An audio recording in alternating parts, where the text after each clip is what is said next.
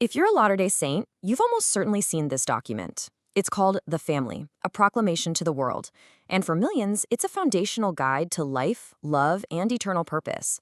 You'll find it hanging on walls in homes all across the globe, and it outlines some of the church's core beliefs about marriage, gender, and family. But its origin story?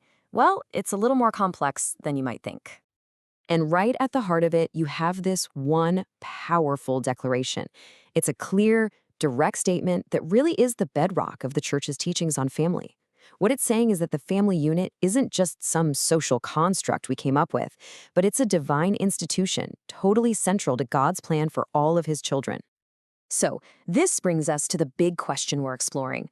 Was the proclamation a timeless prophetic warning sent down from heaven ahead of its time? Or was it more of a defensive reaction, something that was really forged in the heat of a rapidly changing social landscape? The answer, as you'll see, isn't so simple, and it reveals this fascinating tension between the divine and the historical. All right, so to really get the proclamation, we have to rewind the clock a bit. We have to understand the world it was born into. See, this document wasn't created in a vacuum. It emerged during one of the most rapid and fundamental shifts in family norms in modern history. The decades leading up to 1995 were, well, they were turbulent. The sexual revolution had kind of decoupled sex from marriage, and this new philosophy called expressive individualism was really taking hold. It's this idea that your number one job is to be true to yourself and chase your own happiness, sometimes even over traditional commitments to your family or your community. The very definition of what marriage was for was suddenly up for debate. And man, this timeline really shows what a pressure cooker the early 90s were. In '93, a court case in Hawaii suddenly made same-sex marriage seem like a real legal possibility for the very first time.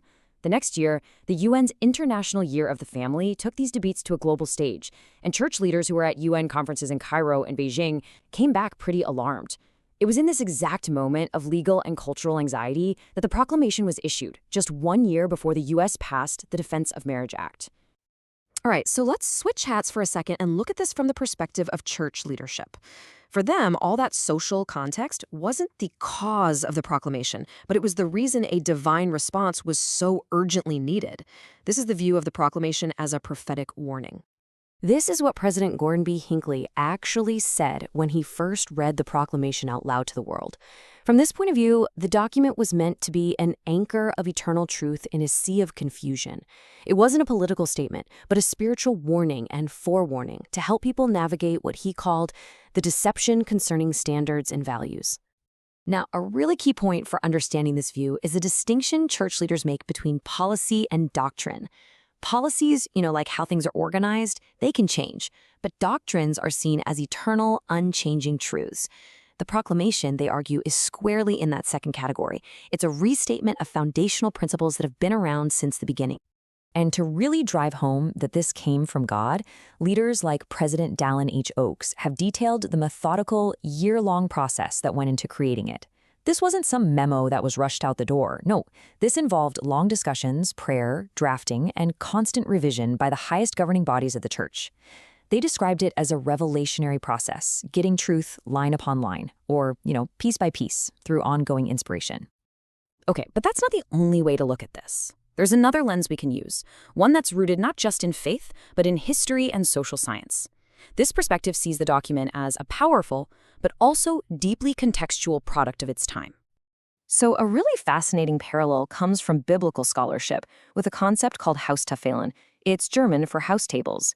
These were parts of ancient texts, including the New Testament, that laid out all the rules for husbands, wives, kids, even slaves. And scholars have noticed that these codes were often written as a direct response to outside criticism, as a way to show that a new Christian community could actually contribute to a stable society. So the argument here is that the Family Proclamation is basically a modern-day Haustafel. Its intense focus on gender roles, on procreation, and on marriage being only between a man and a woman, that isn't random. From this historical view, those specific themes were chosen precisely because they were the flashpoints of the 1990s culture wars. It was an answer to a very specific set of questions being asked by the world at that exact moment.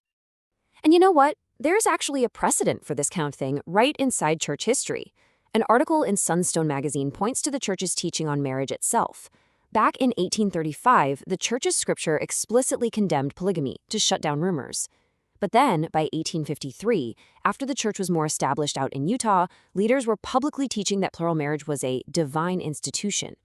This documented shift shows how core family doctrines have, in the past, evolved in response to changing social and political contexts. So you've got these two powerful lenses on the table: timeless revelation and timely reaction. So, how do these competing views shape the proclamation's legacy today, especially for a new generation of Latter day Saints?